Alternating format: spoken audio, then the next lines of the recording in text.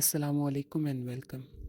आज की कहानी में हम बात करेंगे एक बच्ची जो कि ना सिर्फ मेंटली इल थी बल्कि एक कातिल भी थी। जब कोई भी एक आम इंसान बच्चों के बारे में सोचता है तो उसके दिमाग में सबसे पहले एक बहुत ही मासूम सी शक्ल नज़र आना शुरू हो जाती है। और छोटे बच्चे तो शरारतें करते भी बहुत खूबसूरत लगता है। कोई ऐसा सोच भी नहीं सकता कि कोई एक बच्चा इतना ईवल हो सकता है कि वो कत्ल ही कर दे। आज की कहानी है हमारी मैरी फ्लोरा बेल की। हम इस कहानी के थ्रू आउट उसे मैरी कहकर बुलाएंगे। मैरी इंग्लैंड के एक शहर में पैदा हुई थी। मैरी की माँ एलिज़ाबेथ बेटी बेल। इसमें हम इसकी माँ को बेटी बुलाएंगे आसानी के लिए। बेटी अपनी बेटी को टाइम नहीं दे पाती थी। वो अक्सर ही उसे अपने घर छोड़ जाया करती थी अकेले। कभी-कभी तो कोई केयरटेकर रख जाती थी उसके लिए, कभी किसी अपनी फैमिली मेंबर को उसके पास ध्यान के लिए छोड़ जाती थी। एक दफ़ा तो किसी एक अनजान आदमी को उसके साथ छोड़ गई, जो कि एक बहुत ही नामुनासिब सी बात है। एक माँ ऐसा नहीं कर सकती अपने बच्चे के साथ कि वो अपनी बेटी को, अपने बेटे को, किसी को भी किसी अनजान आदमी के साथ, औरत के साथ घर में छोड़ के चली जाए। जैसा कि पहले बता चुकी हूँ कि बेटी, उसकी माँ एक प्रोस्टिट्यूट थी। इसकी वजह से वो अक्सर ही ट्रैवल किया करती थी। ट्रैवलिंग के दौरान उसको एक क्रिमिनल अल्कोहलिक मिला जिसका नाम विलियम बिली बेल था। बेटी और बिली के मिलने के कुछ अरसे के बाद ही मैरी पैदा हो गई थी, जिसकी वजह से उन्होंने शादी करने का भी सोचा, लेकिन अब वो भी अंदर से बहुत टूटी हुई थी। और जो बिली था, अल्कोहलिक होने की वजह से और क्रिमिनल होने की वजह से वो भी, उसका दिमाग भी इतना कोई बहुत ही दुरुस्त नहीं था, जिसकी वजह से वो बहुत जल्दी ही अलग हो गए। इस वजह से मैरी ने हमेशा ही अपने आप को अनवांटेड या निग्लेक्टेड चाइल्ड तस्वर किया। बेटी अपनी बेटी का बिल्कुल भी ध्यान नहीं रखती थी। अक्सर ही बच्चे खेलते-खेलते गिर जाते हैं, चोट लगा लेते हैं, तो माँ आ जाती है, उनके मरहम लगाती है, उनको प्यार करती है, उनको अपने पास रखती है, उनको चुप कराती है। लेकिन बेटी ने कभी भी मैरी के साथ ऐसा किया नहीं। शायद वो चाहती थी कि ये खेलते-खेलते ही मर जाए, या अपनी बस जान छुड़ाना चाहती थी मैरी से।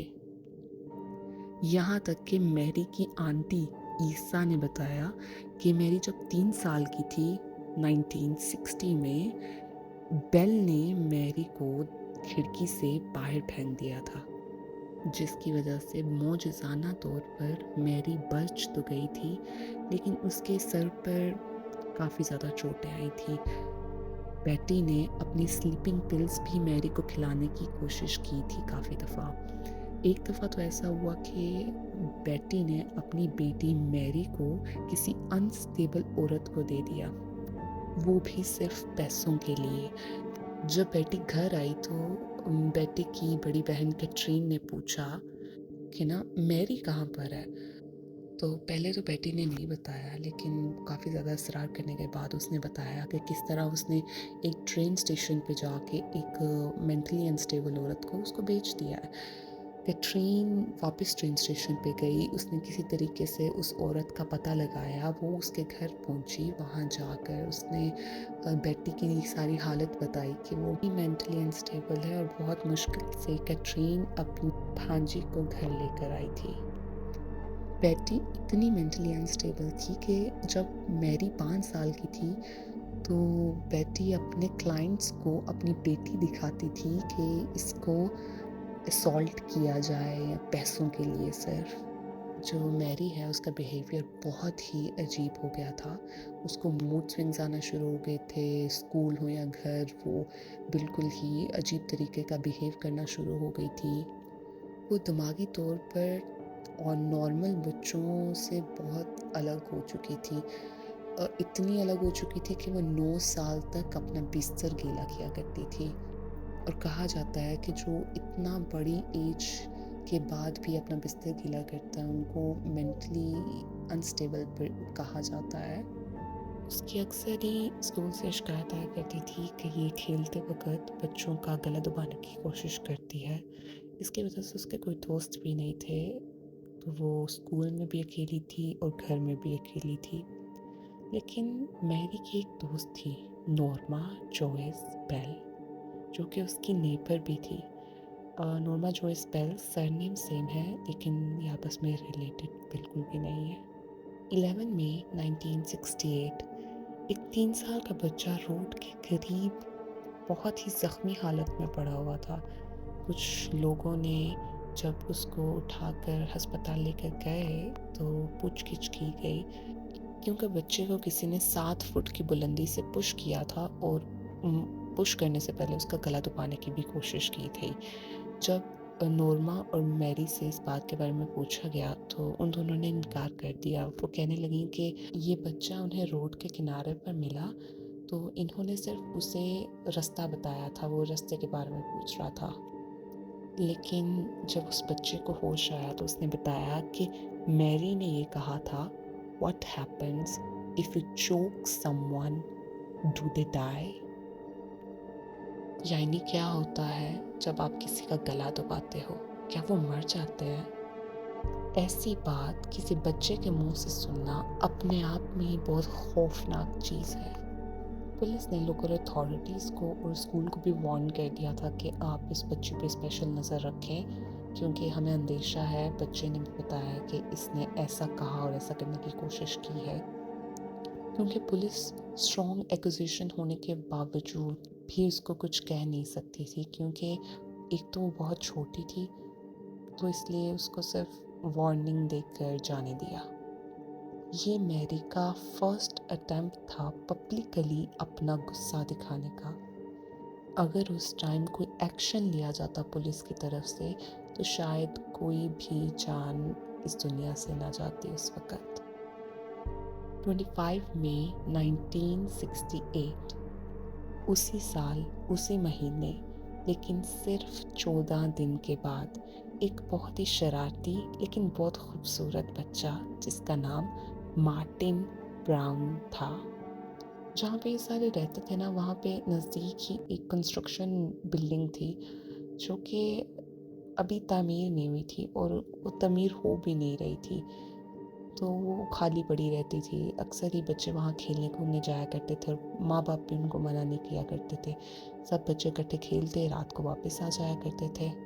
मार्टिन को नॉर्मा और मैरी किसी तरीके से अपने साथ खेलने के लिए ले गई। कुछ देर के बाद मैरी और नॉर्मा भागते भागते मार्टिन के घर गए और वहाँ जाके कहने लगे, in quotes, one of your sisters parents has just had an accident. We think it's Martin, but we can't tell because there's blood all over him. By the way, parents means child. जब police वहाँ पहुँची तो उन्होंने notice किया कि मुंह से झाग निकल रही है और खून कहीं पर भी नहीं है। पास कुछ भी नहीं था। वॉयलेंस का भी कोई नामो निशान नहीं था। पुलिस उस बच्चे को, मार्टिन ब्राउन को सीपीआर दे रही थी, लेकिन बच्चा अनफॉर्चुनेटली मर चुका था। उसके पास एक एस्प्रिन की बोतल थी, लेकिन फोरेंसिक या मेडिकल में उसका जो मरने की वजह थी वो बिल्कुल नेचुरल थी। जब सीपीआर दिया जा रहा था मार्टिन को तो 2 लड़कियां वहाँ आई थी, जिसमें 10 साल की मैरी बेल और 13 साल की नॉर्मा बेल थी। पुलिस को लगा कि नॉर्मल बच्चियां आई हैं यहाँ खेलने कूदने के लिए, तो ये नॉर्मल बात है।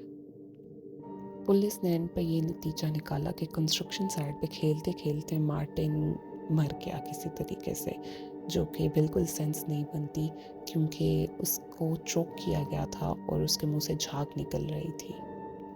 अगले दिन मैरी की 11वीं सालगिरह थी। मैरी और नॉर्मा ने वुडलैंड क्रिसेंट के पास नर्सरी में ब्रेक इन किया और वहाँ पे चीज़ें तोड़ी, बुक्स फाड़ दी, टाइलें निकाल दी, ब्लैक बोर्ड पे इंक फेंक दी। और जब वहाँ के स्टाफ ने उनको देख लिया तो उन्होंने पुलिस को कॉल की और वो वहाँ से भाग गई। जब पुलिस वहाँ पहुँची तो उनको 4 नोट्स मिले जो कि उन्होंने ब्लैक बोर्ड पे या दीवारों पर लिखे हुए थे। पहला नोट था, I murder so that I may come back. दूसरा नोट ये था, We did murder Martin Brown, you bastard. तीसरा नोट था of We murder Watch out Fanny and Fister. Last note थोड़ा कॉम्प्लेक्स है, इसकी समझ मुझे भी नहीं आई और शायद आपको भी ना आए. You are my sea. Why? Because we murdered Martin Go Brown. You better look out.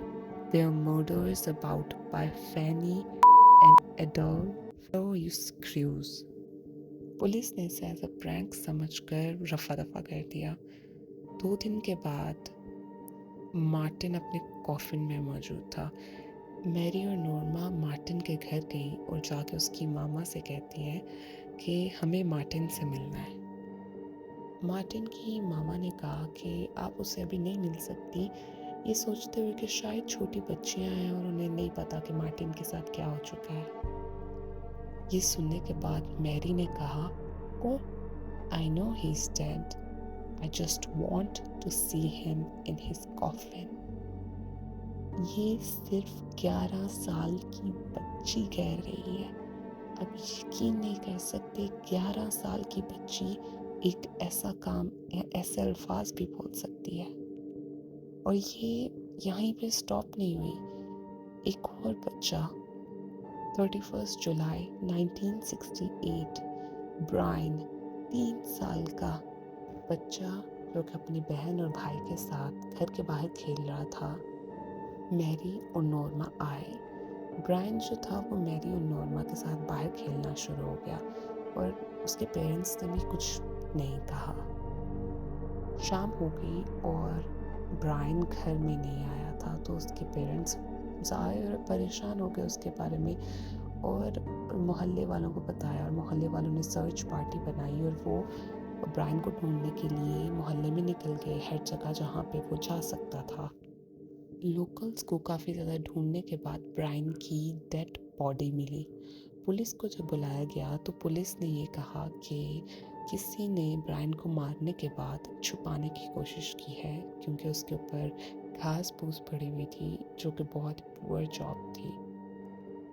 किसी ने मार्टिन के बाल काटे थे जो कि बहुत ही अजीब तरीके से कटे हुए थे और जिस्म के ऊपर भी निशान थे जो कि सीजर के साथ लगाए गए थे. किसी ने उसको बुली किया था. एक हाथ से उसका नाक बंद किया गया और दूसरे हाथ से उसका गला दबाया गया. पुलिस को ये भी पता चला कि जो किलर है ब्रायन का वो एक बच्चा है क्योंकि छोटे छोटे हाथ का प्रिंट था ब्रायन के गले पर और बच्चे के गले पे इतनी ज़्यादा फोर्स भी नहीं ही थी क्योंकि जब गला कोई एडल्ट दबाता तो अंदेशा था कि उसकी हड्डी वगैरह को कोई डैमेज होता जितनी जोर से दबाया जाता, लेकिन इतना ज़्यादा फोर्स भी नहीं लगा गया था. एविडेंस के तौर पर उन्हें बॉडी के ऊपर एक मैरून फाइबर मिला था. जब पुलिस ने मैनहंट शुरू किया तो 100 के करीब इन्वेस्टिगेटर्स को रखा गया. इन्वेस्टिगेशन के दौरान ये पता चला कि बच्चे के मरने से पहले मैरी और नॉर्मा उसके साथ खेल रहे थे. जब मैरी और नॉर्मा को इन्वेस्टिगेशन के लिए लिया गया तो नॉर्मा ही ज़्यादा बात कर रही थी, मैरी सिर्फ बैठी हुई थी पीछे. दोनों ने ही उस लड़के को पहचानने से इनकार कर दिया लेकिन दोनों की कहानी एक दूसरे से बहुत ज़्यादा मुख्तलिफ थी.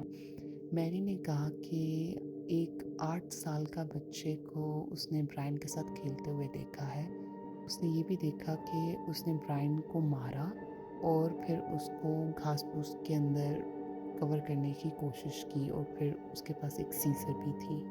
उसने कहानी को और बिलीवेबल बनाने के लिए कहा कि मैंने उसे देखा कि वो एक बिल्ली की पूंछ काटने की कोशिश कर रहा है लेकिन उससे कट नहीं रही. कुछ सीजर ख़राब थी या क्या था. बिल्ली की टांग या तो टूटी हुई थी या वो मुड़ी हुई थी. कुछ गलत था बिल्ली की टांग के साथ. ऑफिसर जेम्स को काफ़ी हद तक मैरी पर शक हो चुका था कि इसी ने ब्रायन को कत्ल किया है. 2 साल के बाद नोरमा के माँ-बाप पुलिस स्टेशन आए और उन्होंने बताया कि नोरमा को पहले से ही पता था कि ब्रायन मरने वाला है। वो बताने की कोशिश करना चाह रही थी लेकिन वो बता नहीं सकी किसी वजह से। जेम्स नोरमा के घर गया और काफ़ी डांट-डपट के बाद नोरमा ने उसे सब कुछ सच-सच बता दिया। उसने बताया कि मैरी उसके पास आई और उसने कहा, let's go to Tin Lizzie. अब टिन लिज़ी का क्या मतलब है ये हमें भी नहीं पता, शायद किसी जगह का नाम हो। वहाँ पर उसने ब्रायन की डेड बॉडी के साथ डेमोन्स्ट्रेट किया कि किस तरह उसने उसको कत्ल किया और कत्ल करने के बाद उसको कितना पीस महसूस हुआ अपने अंदर। जब उसने ये सब कुछ सुना तो जेम्स काफ़ी ज़्यादा हैरान था। जेम्स वापस मैरी के पास गया और उसने सब कुछ बताया कि किस तरह नोरमा ने उसकी सारी बातें जेम्स को बता दी है, लेकिन फिर भी मैरी अपनी बात से मुकर नहीं रही थी। वो अभी भी ये कह रही थी कि उसने कत्ल नहीं किया। वो ये कहने लगी कि you are trying to brainwash me, I will get a lawyer to get me out of this. Mary एक छोटी सी बच्ची थी लेकिन उसको लॉ और लीगल चीज़ों के बारे में भी पता था, लेकिन अब इसका कोई फ़ायदा नहीं था क्योंकि वो फुली ट्रैप्ड हो चुकी थी। मैरी को अपने माँ बाप के बारे में भी नहीं पता था, वो कहाँ हैं, क्या कर रहे हैं, वो मेरे पीछे आएंगे भी कि नहीं। तो जैसे जैसे शाम होती गई मैरी भी डगमगाती गई और आखिर जब शाम ढल गई तो उसने अपना गुनाह कबूल कर लिया। ब्रायन 7 अगस्त 1968 में जब दफनाया जा रहा था तो उसी दिन मैरी को भी अरेस्ट किया जा रहा था। मैरी सेमेंट्री के गेट पर खड़ी होकर अपने हाथों को आपस में रब कर रही थी और ऊंची ऊंची कहका लगा रही थी। जब ऑफिसर जेम्स ने ये देखा तो उसने कहा, my god, I got to bring her in or else she will do another one. Mary और नोरमा दोनों पर चार्जेस लगाए गए। मैरी को जब पता चला तो उसने कहा, That's all right by me. लेकिन नोरमा को जब ये बात पता चली तो उसने कहा, I never, I will pay you back for this. Norma submissive थी लेकिन नोरमा ने कभी कत्ल नहीं किया था। मैरी ने ही सारे कत्ल किए थे और मैरी की ये पर्सनालिटी उसके बचपन की वजह से और उसके इन्वायरमेंट की वजह से थी। मैरी ने खुद कहा था कि नोरमा ने कुछ भी नहीं किया, जिस वजह से नोरमा को आज़ाद कर दिया गया और मैरी को सज़ा सुना दी गई। नोरमा ने खुशी का इजहार करते हुए ज़ोरदार तालियां मारना शुरू कर दी और वहीं पर मैरी फूट फूट कर रोना शुरू कर दिया। उस वक़्त कोर्ट रूम में मैरी की नानी और मैरी की अम्मा भी मौजूद थी। बच्चों की तरबियत करना बहुत आसान नहीं होता, लेकिन एक बच्चे के साथ बहुत सारे लोगों की ज़िंदगी जुड़ी होती है। बच्चा क्या करेगा, कैसा करेगा, बड़ा होकर भी उसके अंदर वही हरकत रहेंगी, जिसकी वजह से वो अपने माशरे को या अच्छा बना सकता है या बुरा बना सकता है। एक बच्चे को सेफ, सिक्योर और अच्छा माहौल देना बहुत ज़रूरी होता है क्योंकि हमारा फ्यूचर बच्चों पर ही मुनहसर है। अगर आपको मेरी वीडियो पसंद आई है तो इसको लाइक, सब्सक्राइब और शेयर कीजिएगा। अपने आसपास बच्चों का ख्याल रखिएगा और अपनी दुआओं में याद रखिएगा। शुक्रिया। Sign out.